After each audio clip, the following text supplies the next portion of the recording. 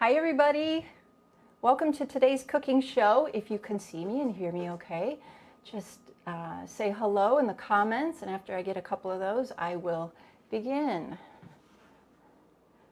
Let's see.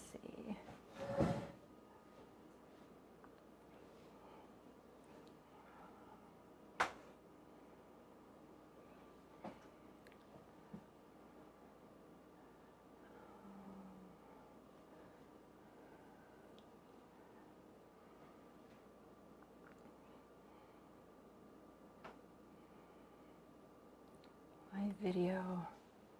Hi everybody, can you see me okay and hear me okay? Just leave a comment. And there you are. Okay, hi Debbie, thank you. Yay, yay, okay. We are getting viewers. Looking good, thank you. Good morning, Linda. Hearing you great, thank you so much. I'm here at my cat tree and my laptop looking at your comments. Hi Claire.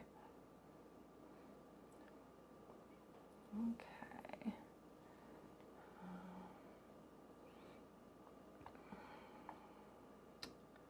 All right. So I see more people joining the room. That's great. I'll just wait another minute or so here. Hi Kathy Strickland Weber Gottselig. That's a long name. All right. Hi, Kathy. Sound is fantastic. Thank you. We've been working on it behind the scenes, always trying to get better. Okay.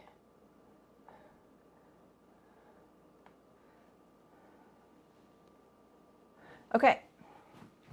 So welcome everybody. I'm going to go ahead and get started. And if you're new to my live videos, the way that it works is I'm going to make 3 recipes for you today. And during each recipe, I'm just going to pop over here to the cat tree / comment center and check to see if you guys have any questions. I do have someone helping me moderate, so if you have just a quick question about something that they can answer, they will do that for you. The recipes, I believe, are linked at the top of this post, this live video post. So if you want to follow along with the recipe links, I've noted which are on the are all on the blog, my recipe blog, and they're in the cookbook as well. And I'll show you my cookbook here. I just got this cool cookbook holder. It's clear, and I used to have one of these a long time ago, but I just got a new one. And it's great for protecting your cookbooks in the kitchen where it gets messy. So I have mine open here today to the Beefless Stew, which we're going to be making. And this is in my little website store. If you go to straightupfood.com,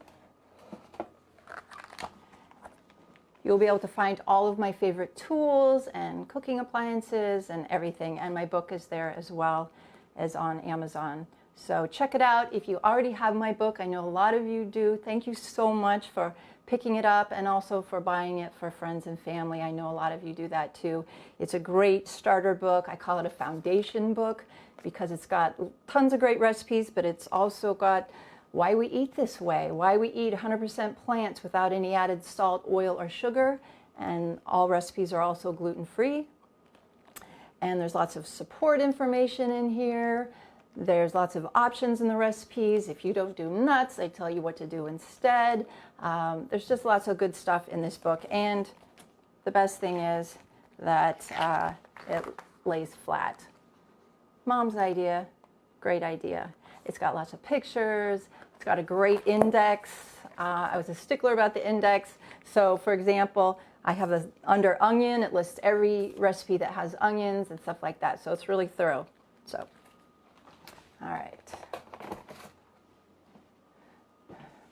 All right, let's just check in. Oh, so many comments. Thank you guys. Love your book. Yay, good morning from True North. Hi, VG. Okay.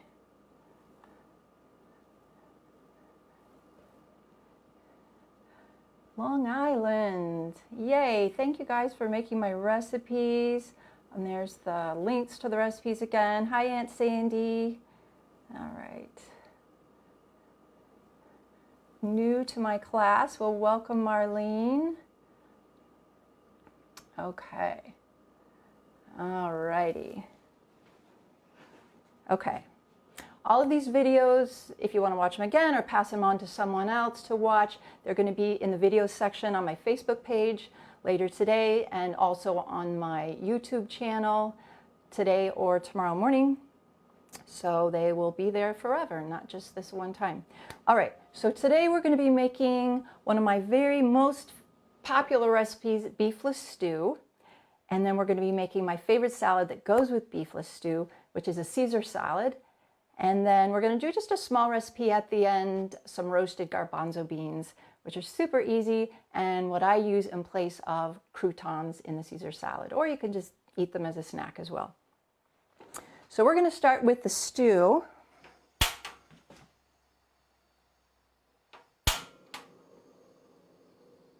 And I'm using my portable cooktop here so I don't have to have my back to you at the oven over there. And I'm just going to put a little bit of water in the bottom there. And this is on about medium-high. And I always put a little water in the bottom just to let me know when it's sizzling, boiling a little bit and nice and hot, because that's the point where we're going to want to add our onions and other stuff. Now, I don't use any oil in my cooking at all. I don't use it in the pan. I don't use it in my desserts, on my salad dressings, nothing. And there's always a way to do things without oil. Oil's not a health promoting product. It's not really a food. It's a refined food product, I guess. And I go into detail in my book about why oil isn't healthy. It's pure fat. It's very high in calories. It's very nutrient deficient. So I just use water instead. And as you can see, the water is starting to boil. And I always keep a little cup of water just here while I'm cooking. Hopefully I won't knock it over this time. I did that once before. All right, we'll just leave it there and hope for the best. All right. So I'm going to go ahead and add the first 3 ingredients of the beefless stew. And what I do when well, let me go ahead and add them and then I'll talk about it a little bit more. So this is 1½ yellow onions. You could use a white onion if you wanted, doesn't really matter. This is about 3 medium carrots, cut kind of chunky. If you've ever had beef stew, everything is chunky, kind of big and chunky. So you could cut your pieces even bigger than this if you want, but I want to make sure this gets done in time, so they're on the smaller chunky side today. And then these are my celeries. So we're going to go ahead and add this to the pan. I'm just going to use my hand. Okay. Toot.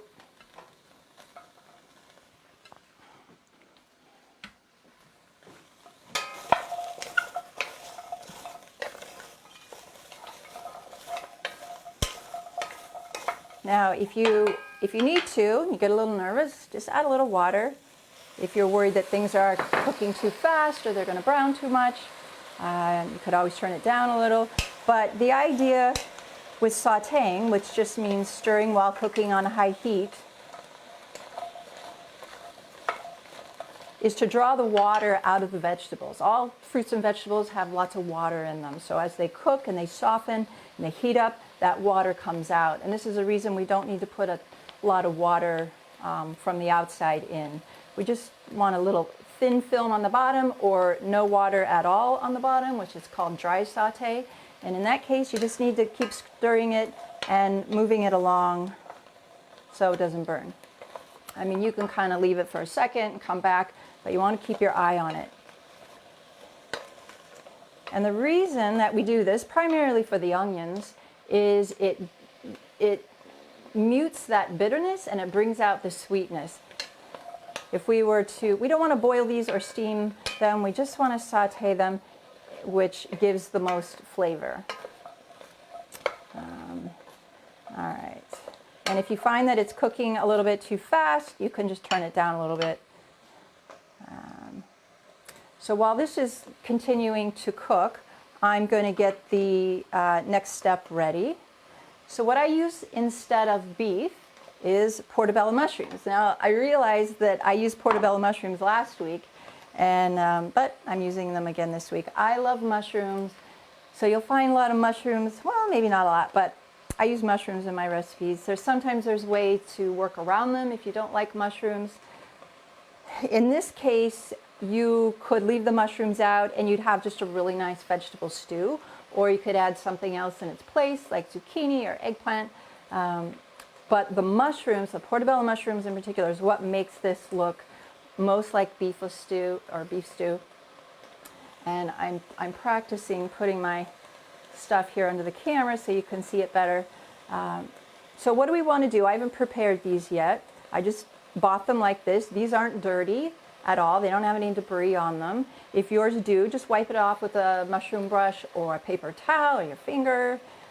You can rinse it since it's going into water anyway. It's up to you. So when you buy these, you want to buy them. I'm just going to give this a little stir.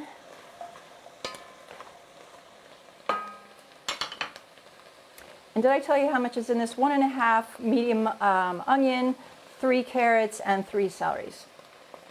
And for the mushrooms, we're going to use 2 of these. And when you buy these, you want to buy them, you want to look for them when they're nice and heavy, like this one is pretty heavy, and see how those edges are nice and tight. You want them nice and tight because that means they are fresher. Now, I did buy this little guy, and you can tell the difference. He's a little farther along, and his edges are kind of thin, and the gills, which are the inside here, they're kind of wet, and they're just starting to go around the bend. So this is edible. It's fine, but just a little reminder, when you have the option to buy the really good, tight, heavy portabella mushrooms, do that. So we're going to use these 2 heavy guys today, and I will use this for something a little bit later.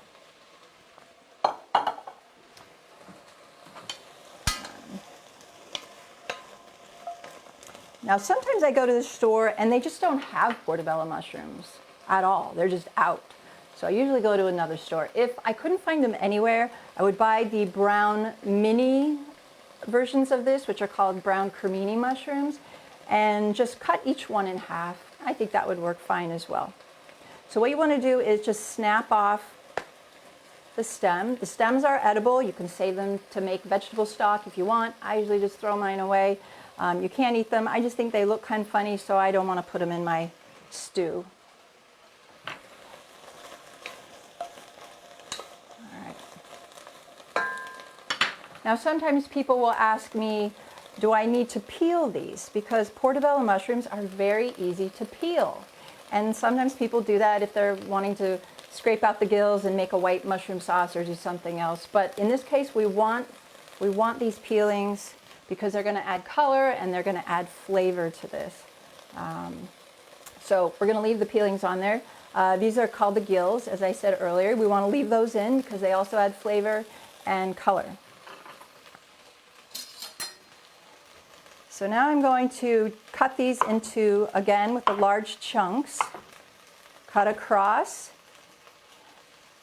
turn it to the side.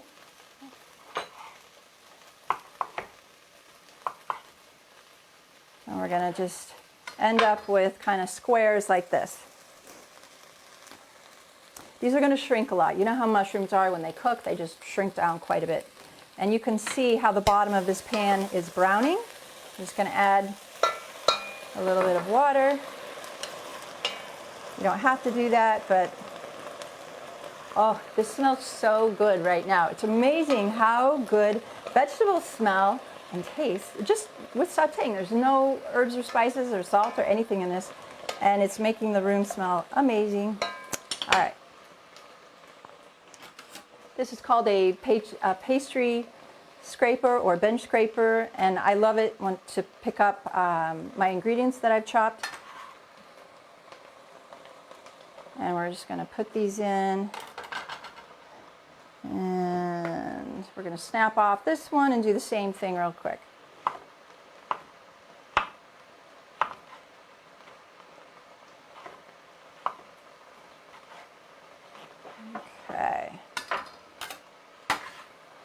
And if you find portabella mushrooms and they're on the small side, you might need to use 3 instead of 2, which is fine.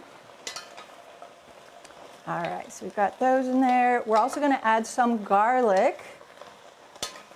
Oh, this is going to get nice and full. All right. So we're going to add some garlic. I didn't chop my garlic yet. And actually, before I do that, let me just check the comments to see if you guys have any questions up until this point.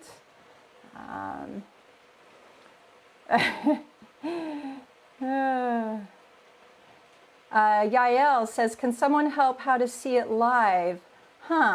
We are live right now, Yael, so I'm not sure how to help you.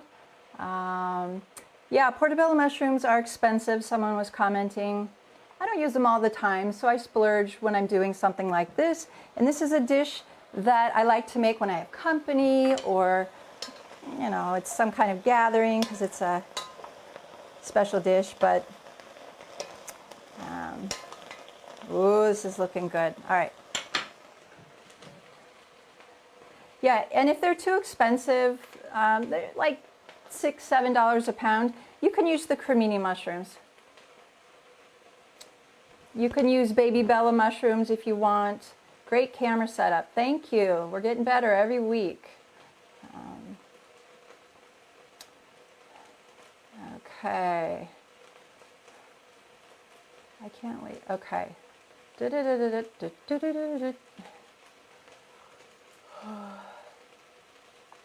Yeah, someone is saying that they avoid analog meats, which is like wheat gluten that's made to look like chicken, or I've had it where it looks like duck and stuff like that. I don't really do that. I just use the veggies, and I don't do any gluten anyway, so I don't do any wheat. See how those mushrooms are shriveling down a bit? Okay. All right. Okay. Thanks, Susanna, for helping Yael. Okay. So we're looking good on the comments. So I'm going to add in the garlic. And I'm a water warrior. I'm always adding water. You don't have to do that.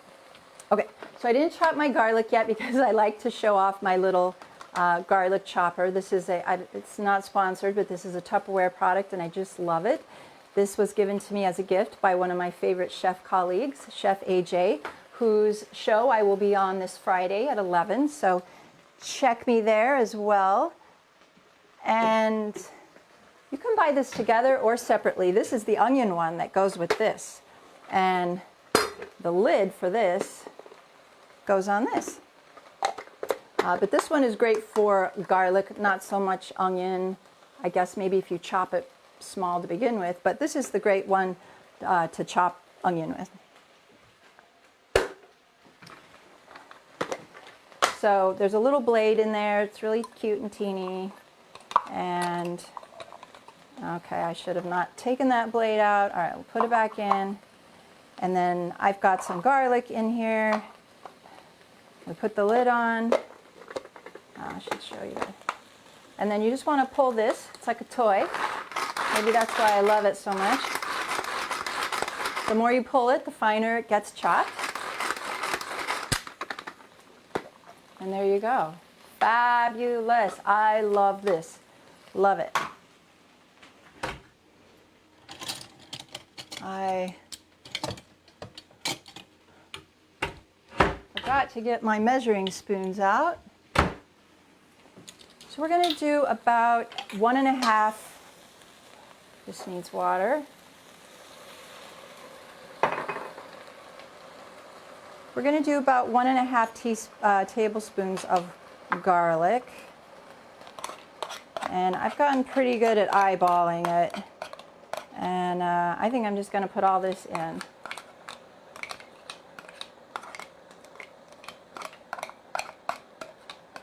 Okay.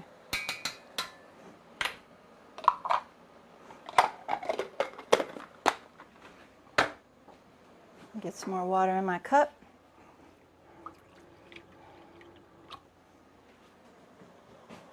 Okay. Now the reason that we add garlic in later than onions is because it tends to burn more easily, so it's usually added a little bit later. Oh, this smells so good. Oh, so good. And you can tell it's starting to look more like beef stew. It's browning. Things are getting soft around the edges. All right. Now we are going to add a bunch of things. 5 cups of water, which I've already measured out here. Ooh.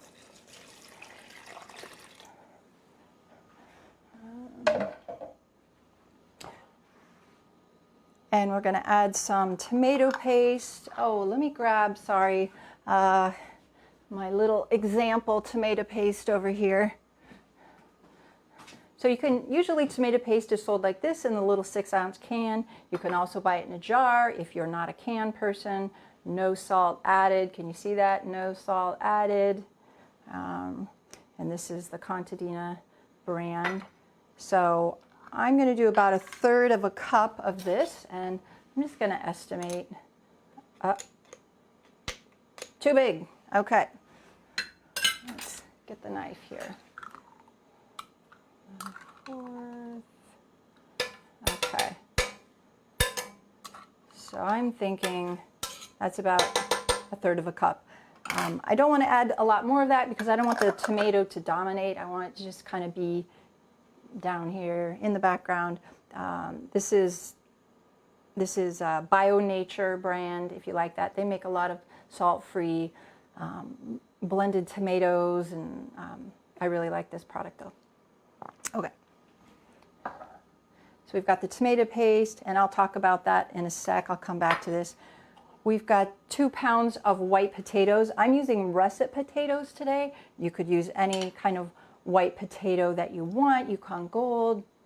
I tend to use russets in class and whenever I'm teaching because they cook a little faster and they get tender quicker. So I do peel mine because I'm not a big fan of boiled potato skins.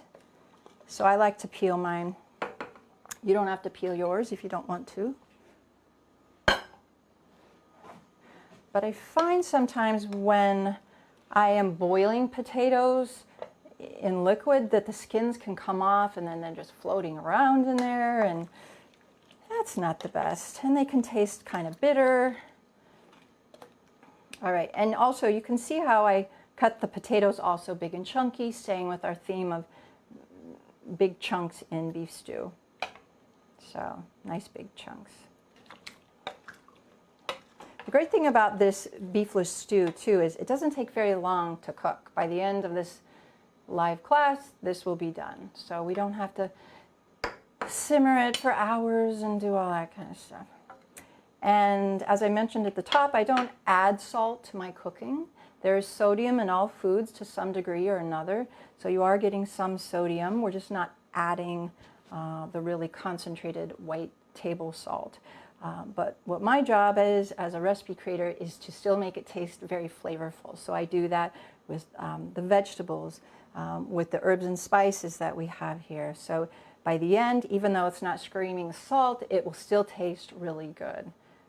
Our goal is not to have bland food. Unless you like bland food, then you can have that too. All right, potatoes. We're going to add 1 tablespoon of Italian seasoning, and I just, anywhere you buy herbs and spices will have this, so dried, there you go. We're going to add a tablespoon of paprika. Sometimes people will ask me if they can use smoked paprika. You can if you like. I find smoked paprika to be very strong, so if you do want to put a little in, I would do maybe 1/4 or 1/3 of it smoked. Not the whole thing, because it'll just be too smoky. And then we're going to do 2 teaspoons of fresh rosemary that's been chopped.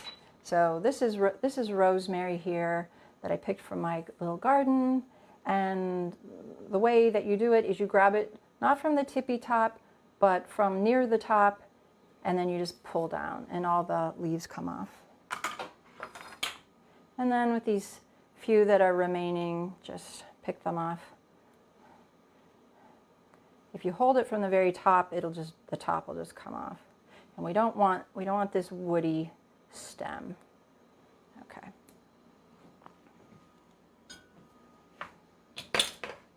And I know you can't see me chopping up close, but I've just got my chopping knife and just go back and forth on it till it's nice and small. You don't want whole rosemary leaves. I can't remember if that was already 2 teaspoons or not. Oh well. If this turns out to make it 3, that's okay. All right. And this is the knife that I use every day so much. It's a Mac knife. It is on my website store. And I think it's 7 inches, 6.5 or 7 inches. And I use this, I pretty much just use 2 knives. I use this to cut my apple in the morning. I used to use a smaller utility knife, but this knife I absolutely love. I forget how much it is. I think it's a little over $100, $130 maybe. But it's great. It's great, great, great. And then the other knife I use is my 8-inch chef's knife. And this is a Yaxel Dragon, which is about the same price as that one. You can get cheaper 8-inch chef's knives. And I think I have one that's around $40 on my website too. But the thing with knives is you just want to keep them sharp. That's the key. Get a decent one, keep it sharp, and get a good, decent cutting board. You can get plastic or wood. I like wood better. And get one that isn't all stained and grooved. These are only like $20. And just these 2 things will make your life so much happier in the kitchen. So, alrighty. Another great use for our pastry scraper is to pick up the chopped rosemary. All right, so I'm going to stir all this in. Oh, and I wanted to get back to the tomato paste. I'll do that in a sec. So this is still on high heat, or medium-high heat. And we're going to bring this to a boil. And this is very common when you're making soups and stews. You want to bring them to a boil, and then we're going to turn them down and let them simmer at a lower temperature until the carrots and the potatoes are tender. Doesn't that look good? Ooh, yummy. It's already looking like beef stew. Okay. Let me see if I've forgotten anything. Tomato paste. All right, so the last few things that we're going to add, but we're going to do it a little bit later, is some green peas. And some chopped parsley, but we'll do that right at the end because these are more fragile things. If we were to put these in now, they would get overboiled, they would lose some of their great flavor and color, and same with the fresh herbs. Fresh herbs are generally added at the end so they don't get overdone. Rosemary, however, is a very robust fresh herb, so that's why we can put it in now and give it some boiling. So we'll come back to these. Sometimes in class I forget to add these, so hopefully I will not forget to add them today. I'll leave them right up here. Okay.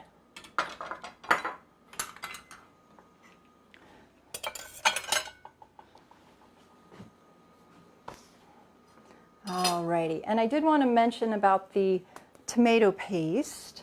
Something you want to look out for. You definitely want to read your labels when you're buying anything that's in a package or a jar or a can. The Bio Nature ingredients read, where is it? Organic tomato paste. That's like looking up tomato paste in the dictionary and it says tomato paste. It's just tomatoes. That's it. So that's what you want.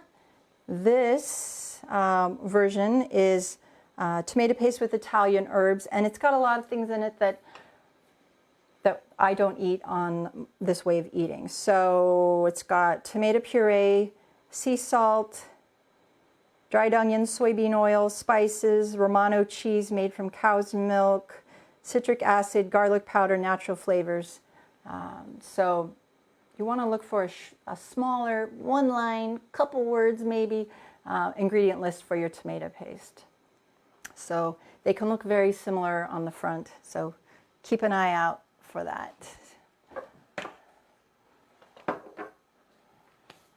All right, this is starting to bubble a little bit, which is what we want. And while this is cooking and finishing up, we're going to do our salad.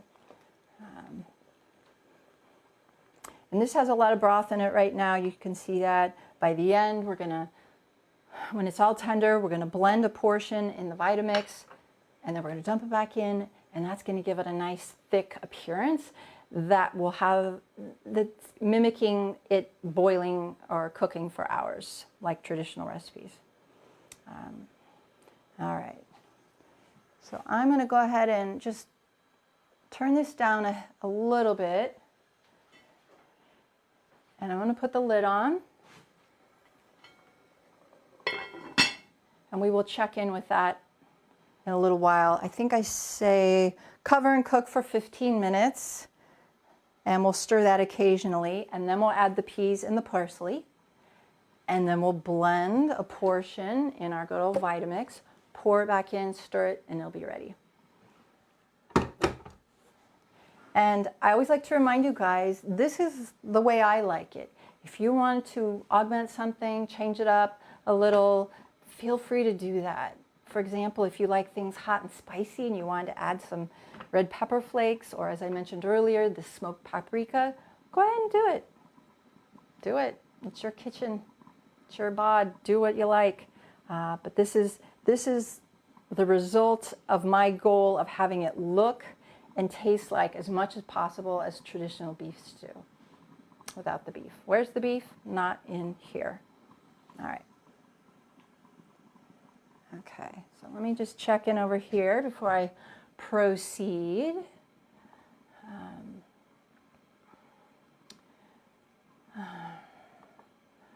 What quart size is your Dutch oven?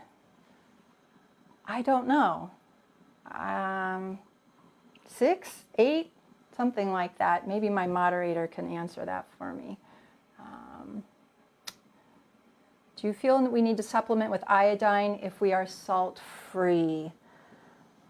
I've never heard that.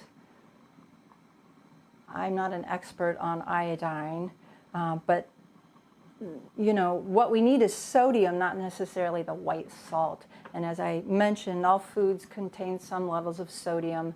And if you didn't add any salt to your diet throughout the day, you would be totally fine. There are a very few number of people that are low in salt and need to supplement with sodium, but usually the general population does not need to do that. And if you're adding just a little, it's always going to be, your taste buds are always going to be asking you for it, and they're always going to be wanting it and bugging you about it. So there are people who just reduce their salt and they're just fine. They don't go crazy on it. And there's other people who it's easier just to have no added salt. Again, that doesn't mean they're not getting any salty tastes or sodium in their food. It just means they're not adding the store-bought white stuff. Oh, so this is a 5.5 quart. I love, love, love this. I forget how much these are, but they're worth it.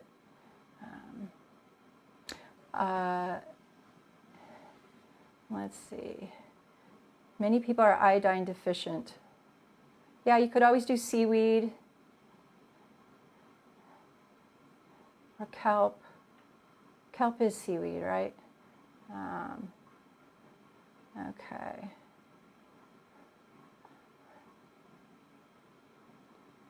Okay. It's getting hot in here. Sweet potato is always the sub for regular potatoes if you are allergic to nightshades. What can you do in place of tomato paste? I would just leave it out. It's just a little extra flavor if you can't do tomatoes. I don't know off the top of my head what I would do in place of tomato paste. If anyone has any idea, go ahead and note it in the comments. I think because we're going to be blending a portion of this, you know, it's just going to have great flavor even without the tomato paste. This is boiling like crazy, so I'm just going to leave a little opening there. And it's turned down a little bit more. Okay. Let's see. How many baby bellas? I'm not sure. Mushrooms come in all different sizes. So just whatever you think is equivalent to 2 regular sized portabellas, maybe like 6 cups or something. What do you use to sharpen your knives? You know, I've used the sharpening steel. I've used this little gizmo where you just drag the knife through this little opening right here. Some people use a sharpening stone. Some people have an electric knife sharpener. There's all different ways to do it.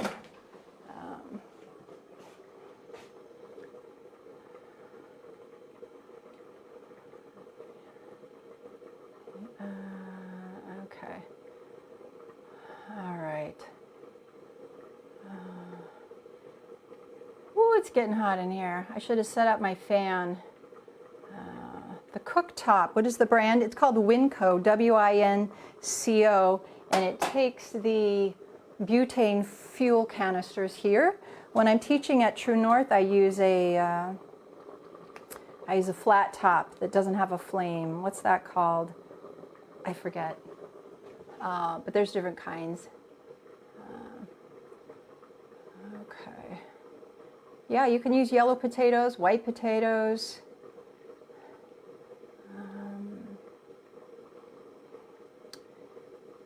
Okay, water warrior too. I didn't realize that sauteing onions made such a difference versus boiling them in the stew. It's subtle. If you were feeling kind of lazy and you just wanted to not do that step, you probably could. Just put the onion, the celery, the carrots in there, add the water. It would still be fine. But yeah, it just gives it a little extra flavor. And it makes your kitchen smell good. Okay. All right. Induction. That's what it's called. Thanks, Gina. Someone suggested using tamari instead of tomato paste. You could if you are okay with that added sodium. Have you ever made my beefless stew in a slow cooker? No, I have made it in the Instant Pot, however. So if you want the Instant Pot instructions, they are on my recipe blog at straightupfood.com if you want to see that. But I think this would work great in a slow cooker. You just put everything in, and then again put the peas and the parsley in still toward the end.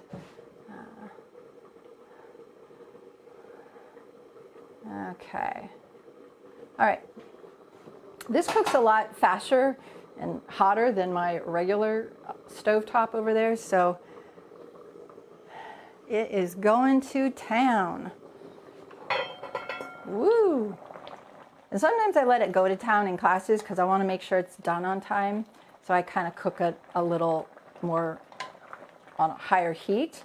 At home, you can slow this down a little bit if you want.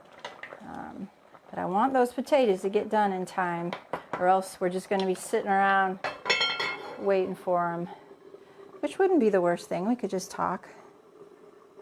Okay. All right. So let's move on to the Caesar salad. Let me get my Caesar salad stuff out here.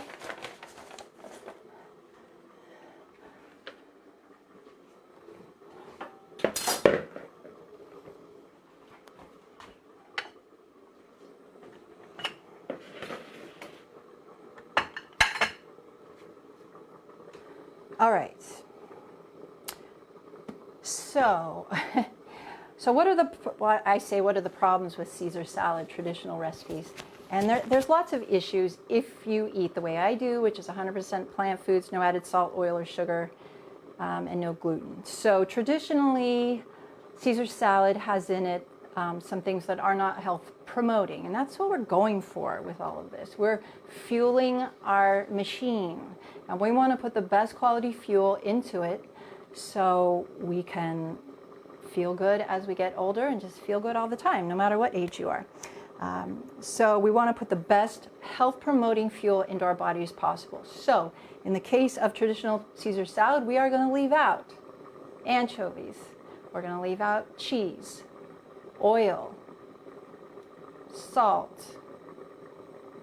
What am I missing? Oh, and we're going to leave out the croutons today, where I teach at True North Health Center in Santa Rosa, California. We don't do bread because bread has a lot of generally refined ingredients, refined flour, lots of sugar, sometimes lots of salt, and we call it a pleasure trap food. So maybe you can relate to this when you are around bread. Some people are more bread people than others. I am a total bread person, so I don't keep bread in the house because you just want to eat it all in 2 days. Or it's like you go to a restaurant and you just fill up on bread before your food comes. So bread is one of those pleasure trap foods. So we don't do bread at True North, and all my recipes are based on True North because that's where I've been teaching for 10 years. So we're going to leave out all that stuff, and we're going to make a dressing that still tastes as amazing and looks just like Caesar salad dressing. We're going to leave out the croutons, and that's basically what Caesar salad is. It's the romaine lettuce, right, cut into like little chunky rectangles, and it's the croutons, and sometimes there's little anchovies on there. But we are going to use, we're going to keep the romaine lettuce, but we're going to use, instead of the anchovies, I guess, or just to add some interest, I'm going to use a red bell pepper, which is not traditional for Caesar salad. But I didn't just want lettuce. I wanted some color and something else of interest. So I didn't cut this yet because I wanted to show you one way. There are so many ways to open a bell pepper. It's crazy. Just go on YouTube and type how to cut a bell pepper and you will find them. You can cut them across the top and take the lid off and then pull out all the seeds and the seed bulb inside. What I've been doing more recently is just putting my knife tip here and cutting down. And I just cut all the way around till I'm back at the green part again. And then I just open it up. And then I don't have seeds flying everywhere. They're all contained nicely right here. And then you just pull this right off and flick seeds all over your kitchen, but that's fine. And I usually try to get the white membranes off, get those seeds out. If there's a part of your bell pepper, which there is on this one, that looks a little questionable, I'm just going to cut that off. And then you can cut this any way you like. I usually do long cuts. I turn it sideways and then just do little like 1/2 inch to 3/4 inch pieces. And what did I do with my pastry scraper? Here it is. And we're just going to pick these up and put them into the bowl of romaine lettuce. I think I can turn this down a little bit. Okay. This has a lot of energy going with this really heavy pot, so it's super duper hot in there. All right, so let's cut the other side. I'm just going to trim that little top portion off. Take out the little membrane. This is edible. I just usually take it out though. All right. Now, if you didn't want to do red bell pepper, you could use another color. Or when it's summertime and the little cherry tomatoes are happening, I will sometimes use those instead of bell pepper, or you could do both. Sometimes I will throw in some cucumber, but I'll keep it pretty simple overall. So there it is. Now we're going to set this aside and we're going to make the dressing. Okay.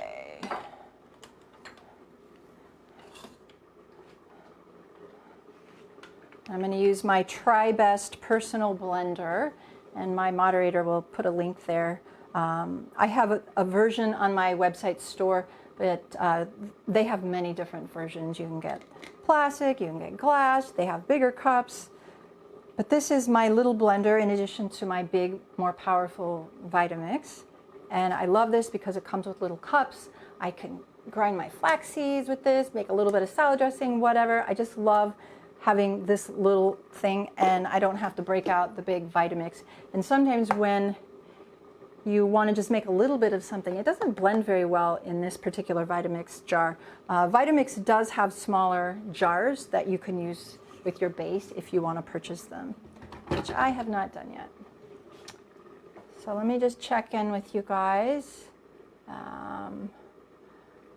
Immersion blender will give the desired result versus using a Vitamix. So someone's wondering if they could use an immersion blender. I believe that's your question, in the stew instead of using a Vitamix. You could. Immersion blenders they're very efficient. So if you were to use an immersion blender at the point where we're going to blend this, you just would go a little bit. Zzz, zzz, zzz, zzz. I wouldn't do like this because it will overblend it. So, okay. Does it taste close to Caesar dressing? Yes, it tastes incredible. I challenge you to make it. If anyone's ever made this, leave a comment. Let this person know how good it tastes. It's amazing. Now, it's not going to have the anchovies in it, or the fish sauce, or whatever goes in traditional Caesar dressing, but if you want to give a little seafood flavor, you could add some kelp. Do I have it handy here? You could add some kelp powder or kelp granules if you want to give anything more of a little seafood flavor. Okay. Would an orange or bell pepper work if out of red? Sure. Sure.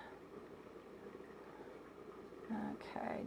Does no bread also mean no gluten-free pasta? Well, at True North, as I was saying, they don't do bread, but they do some pasta, and I tend, once in a while, I put it in that special once in a while category because pasta is just flour and water. It's not in our group of whole foods. We want to keep things as whole foods as possible, but once in a while, if you want some pasta, get some whole grain pasta. If you do gluten, you could eat some glutinous pasta. I usually do brown rice pasta. But if you'll notice when you're eating pasta, maybe not everybody's like this, but you're just like, pasta, it's just so good. And that's the pleasure trap again. You just want to go crazy with it. So I tend to do, when I do pasta, I do less volume of pasta and more of vegetables nowadays.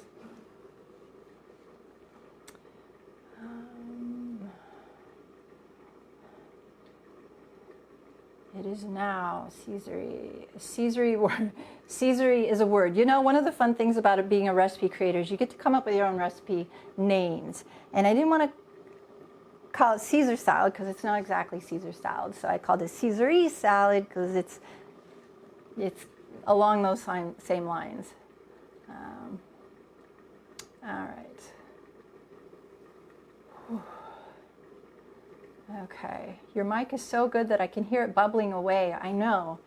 My mic's right here. We figured it out, man. It's taken like weeks now to dial all this in, and we're still dialing it in. Eastern stores you can find red bell pepper.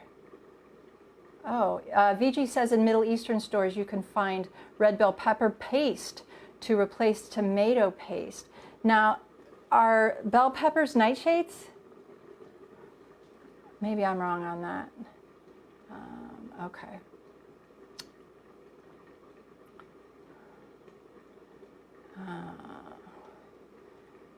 Okay. In your cookbook, do you have a salad like a Greek salad? Not in the cookbook. The cookbook's been out 3.5 years, but I keep adding recipes to my website at straightupfood.com. So go there and you will find a Greekish salad. I'm trying to remember the name of it. Maybe my moderator could post it for you. I forget what I call it. But instead of feta cheese in the Greek salad, I use little pieces of cauliflower. So it's kind of a little trick that looks like feta cheese. So it's on there. Yeah.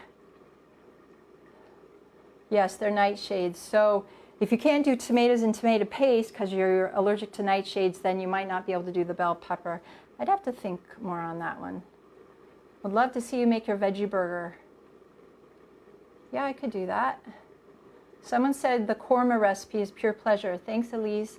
Yeah, I have a korma recipe on the website that is fairly new, so check that out if you like. All right. All right, so we're going to move on with the dressing. And I've already started it here. The blade is on the end. And I use cashews a lot just because they're so versatile. They're a soft nut. They're easy to blend. They're white, so you can make them any color. So this is a 1/2 cup of raw unsalted cashews and a 1/2 cup of water. They've been soaking in here. So the pre-soaking just will make the final dressing a little smoother. It won't have any little grainy texture from the nuts. Let me just stir this since it's in my ear here. It's calling out. Oh, look at that. Oh, I hope all that steam doesn't go into the camera. Okay, that is looking super good. See how that water's cooking down? That's what we want.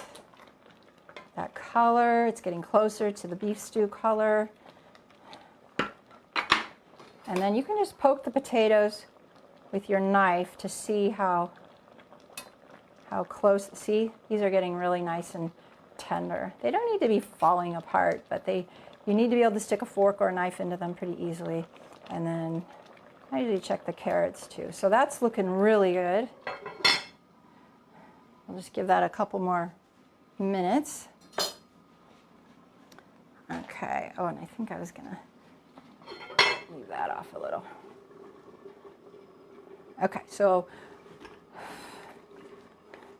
we are gonna add to this. Oh, and if you don't wanna use cashews, you can use white beans, cooked white beans, any kind, Great Northern beans, navy beans, cannellini beans, canned or homemade. So you would use 3/4 cup to 1 cup of the cooked white beans in place of the cashews, the 1/2 cup cashews. You'd still use the 1/2 cup water. Or you could use mostly white beans and 2 cashews. So that's a great trick if you don't do beans or nuts. If you don't do cashews specifically, you can use another kind of nut or seed as well. All right, so we're going to do two tablespoons of lemon juice, 1 garlic clove. And again, if you're a person that doesn't do garlic, leave it out. It'll still taste good. We're going to do 1 tablespoon of brown raisins. This is going to give it that kind of light tan with the little speckles in it that Caesar salad has. It's going to give it that great look. And then last, just a teaspoon of the dried Italian herbs, which you can get pretty much anywhere. All right, I think that is it. Oh, the mustard. I didn't even get the mustard out of the fridge today. I don't know what I was thinking. There's always something I miss. Always something. But the mustard is pretty important. I always like to mention this Westbury Naturals no salt added mustard. If you're going full on no added salt, you can order this online. My mom just ordered a box of these. She got like, I don't know, 12 or something, and she was giving some out to friends who were really excited. And I said, Mom, your friends wanted mustard with no salt? And she goes, yeah, they're really excited about the no salt part. So maybe more people are going no salt than I realize. All right. So I'm going to do 2 tablespoons of mustard. Whoop. If you want the mustard to come off a little easier, just wet your measuring spoon. It just helps it slide off a little bit more. So there it is. And it doesn't stick. That's also a really great trick if you're measuring almond butter or something sticky. Okay, so that's 2 tablespoons. And mustard is key for Caesar dressing, so we definitely want that. Okay, so we're going to screw the top on there, turn it upside down, and just blend it until it's smooth.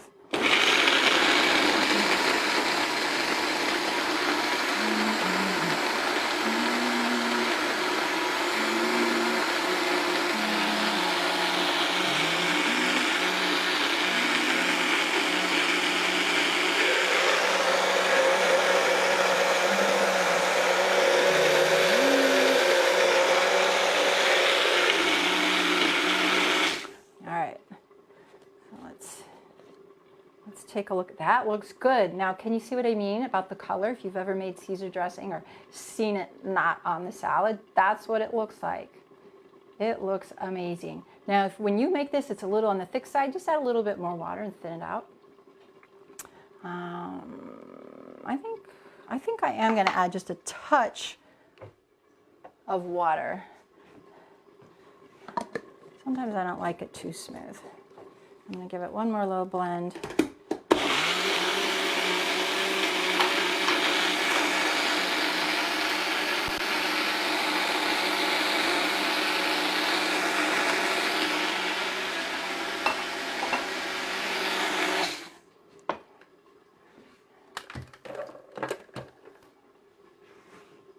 Right.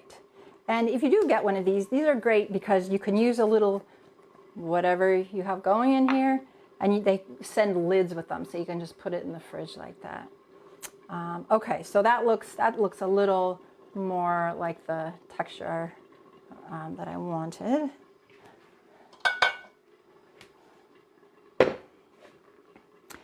Now this is optional, but I like to add a little avocado in with mine. You can add this as you eat it as well. I've cut this into little squares already right there. And now I'm just gonna scoop it out into my salad. Now this already has a creamy dressing, you know, it's quite calorie dense since we use the cashews. So this is just a little more fat. But if you don't want this, leave it out, add less. You can do the white bean trick and a little bit of avocado, whatever is the combo that works for you. I love avocado. I eat it almost every day. I just love it. Okay, so now we're going to pour the dressing on.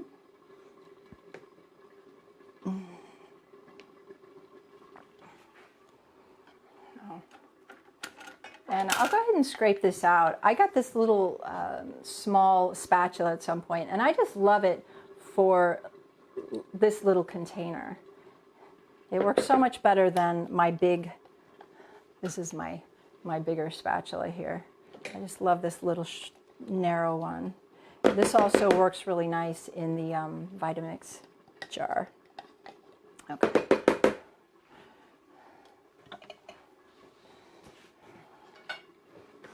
So there it is on top of the salad. And Caesar salad is always pre-dressed, so that's why we're pouring it on and mixing it all together right now. And the lettuce is about 1 large head of romaine lettuce.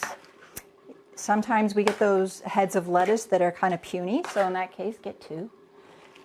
If you're someone who likes even more dressing than what you'll see here, you can make 1.5 times the dressing if you want. If you're someone who likes less dressing, you can just pour half on, mix it up and see how you like it. Okay. Or make half as much dressing. All right. So doesn't that look great? We're getting there. We're not done yet, but we're getting there.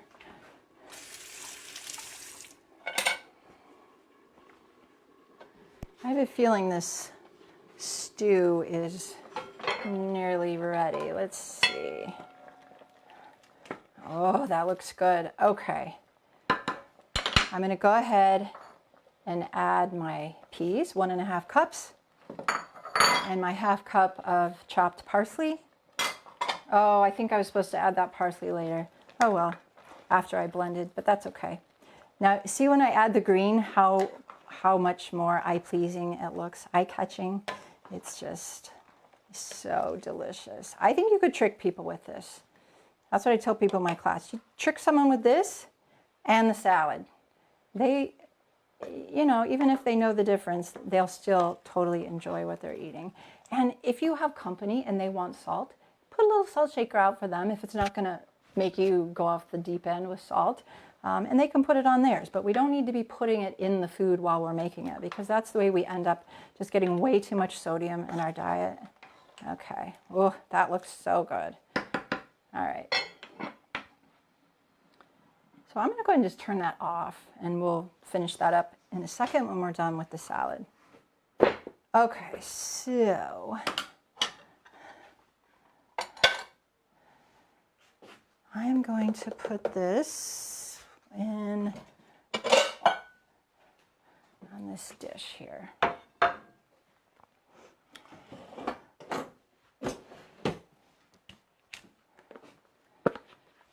right, so I'm going to go ahead and plate this for you because we want to see how it looks when it's all ready to eat.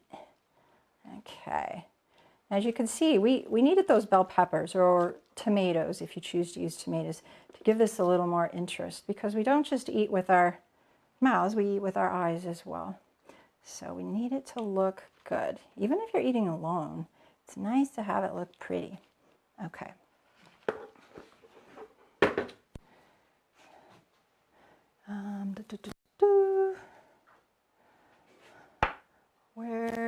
Here we go. So instead of croutons, I'm using these little roasted garbanzo beans, and I already made some last night, so they're all ready. Whoa! Okay. So you can see they're kind of like corn nuts, if you've ever had corn nuts. They're very crispy. You can hear them. I'm going to eat one. Very crunchy. So this is what I use instead of croutons. And you can just put a little on top. Or if you want to leave these in the bowl and have them on the side and people can add their own, you can do that too. Now the last thing is usually we want to do some cheese on top of, and I'll talk about these little roasted garbanzo beans in a minute, how to do those. But we want to finish this salad, and what I like to do is add something that looks like cheese on top, because cheese is so integral to Caesar salad. So I'm going to use some walnuts today, and I'm just going to put them in the chamber of my rotary cheese grater. If you have one of these, don't get rid of it. You can use it for nuts and seeds when you're not using it for cheese. Okay. And the way you use it is you put them in the chamber and then you turn it to the side and then you turn this. So this will give us some Parmesan cheese looking topping. And then if you want, you could also put a little black pepper. I always associate black pepper with Caesar salad as well.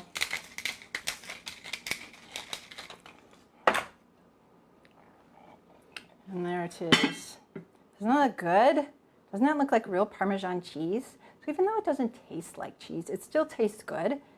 I mean, who doesn't love a walnut? You could use pine nuts, you could use cashews, you could use almonds, you could skip that part, whatever works for you. But if you serve this to someone who doesn't eat this way, they're gonna love it. They're gonna love it. They're not gonna say, darn, I really missed that egg or that oil in the dressing. They're just not. Doesn't happen. All right, so I'm gonna set this aside and we're gonna finish up.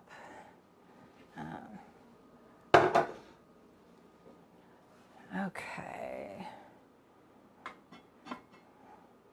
Ooh, look at that. Whoops, sorry. Doesn't this look good? Now you can eat this stew just like this, but we're gonna blend it a little. And I'm just remembering I haven't checked in, so let me just check in on the comments here. Is there a place to print these recipes? They're in my cookbook. They're also on my website, straightupfood.com, and you can print them there. You trick your husband all the time, and then he tricks his doctors. That's cute. There is a vegan Worcestershire sauce, but it has weird ingredients in it, so I just don't use it. It's got like caramel color and lots of salt and all that kind of stuff. Okay. All right. Okay. Good. Yeah, I bet cashews would be good on the Caesar. Cashews would be great. Cashews have a great flavor. I like the walnuts because they look most like the Parmesan that you get in the can, which is what I grew up on. Marlene, thanks for ordering my book.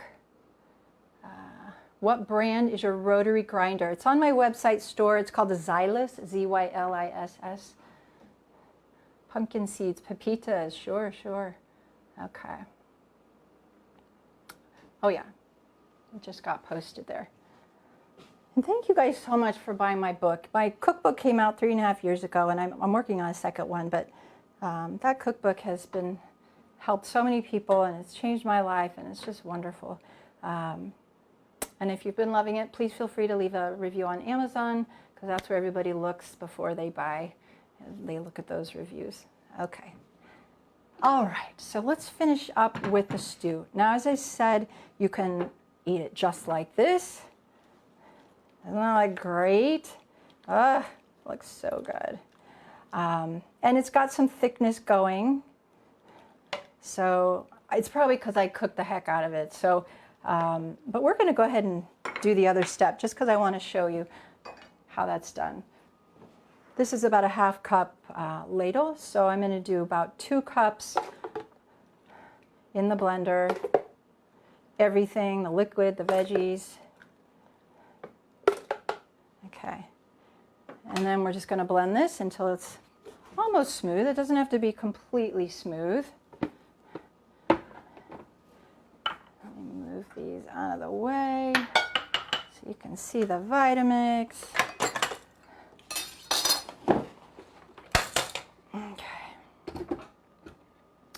All right.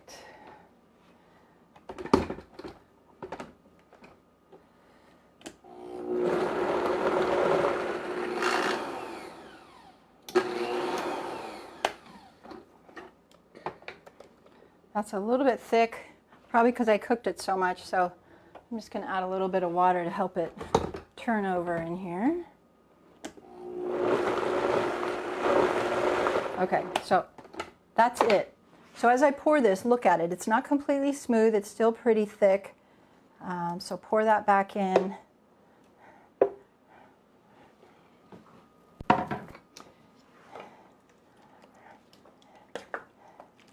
And that will just make it look, that is the real trick. Because can you tell by looking at this that there's no beef in there? No, it's the trick. Lots of wives trick their husbands with this. I get notes from them. Like, my husband loves this. It's because beefless stew is just known as kind of a manly dish, you know. So this is also a manly dish without the beef, because we don't want to be eating those little cows. All right, doesn't that look good? Yummy, yum yum.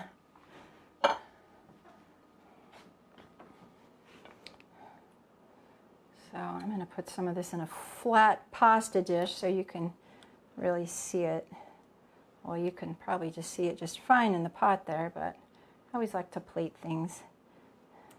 Make them look pretty. Oh, so good. So good.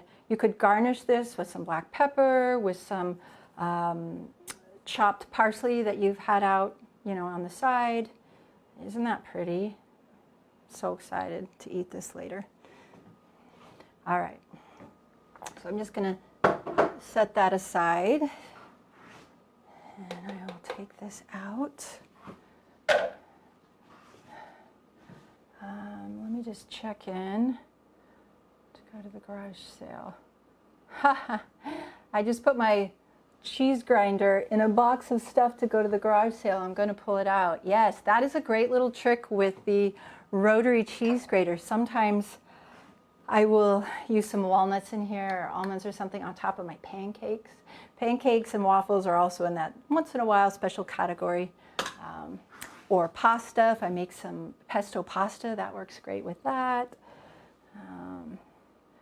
Jackfruit would be a nice texture. Yeah. Where did you get the pot? This is a Le Creuset pot. You can find that anywhere online. Maybe my moderator can post it. Don't ask me to spell Le Creuset. It's probably on this pot somewhere. It's probably on the lid. There it is. Le Creuset. It's French. Okay. They have all different sizes, different colors.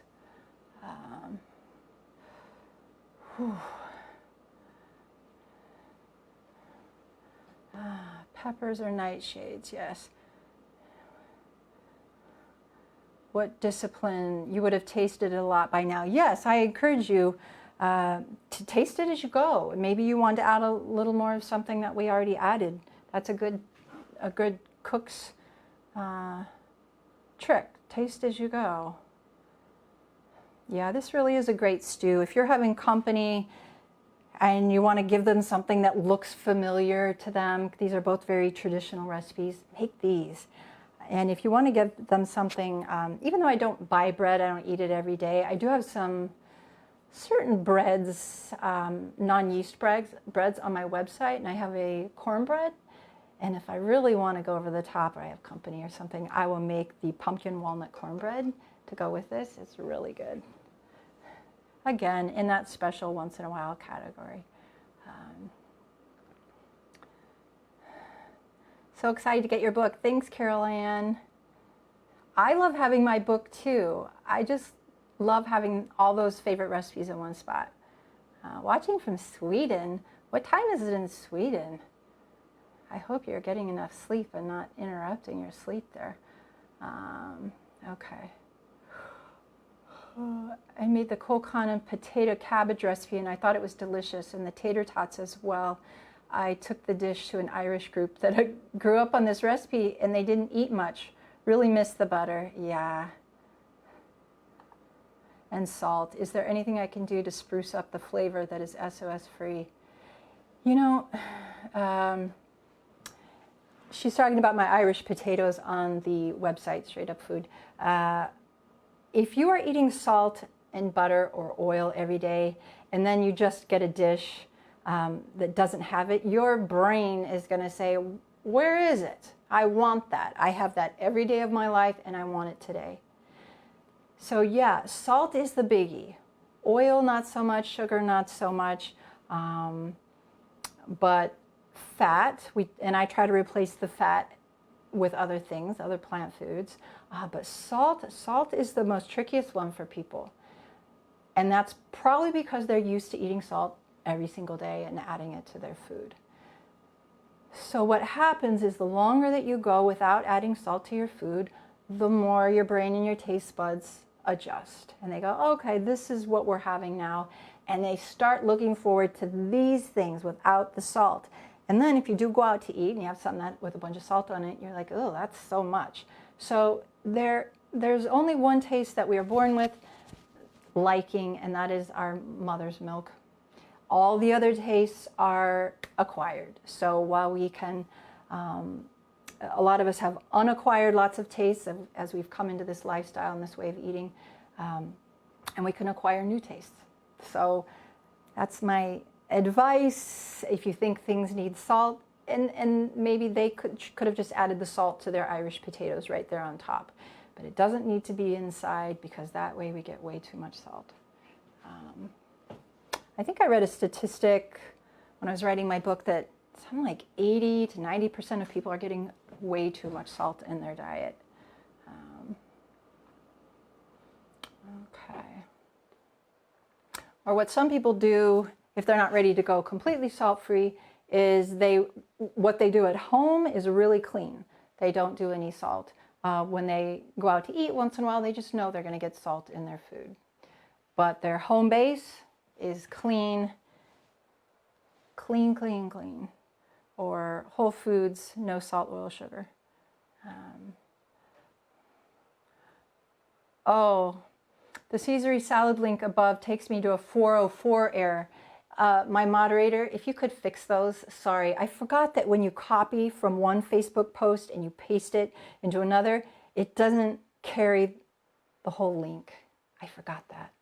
So yeah, please repost those. Thanks, Brian.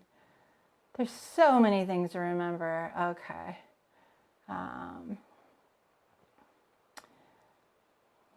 Do you use miso? No, miso's still really high in sodium, so we don't use that.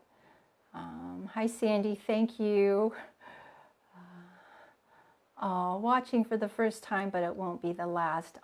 Kimberly, thank you. Okay. All right, this is the longest live class I've ever done. I should probably stop, but I did want to mention about how to make the chickpeas, the roasted chickpeas, garbanzo beans. It's in the cookbook, it's on the website. Maybe I won't go through all the steps here, but it's just 1 can or 1 box of garbanzo beans, drained and rinsed and patted dry with a paper towel. You can use anything like the Westbury Natural or the no salt added 365 brand from Whole Foods. And see how they kind of look nice and dry? That's what you want. And then you just are going to put, and this is just 1 can because I made half earlier, but the recipe calls for 2 cans, 2 teaspoons of, I'm trying to remember, of paprika, 2 teaspoons of granulated onion, and 2 teaspoons of granulated garlic. And you just put it in a bowl and coat everything, put it in the oven at 375 for about, I'm trying to remember, 40 minutes, I think. And then you just leave them in the oven.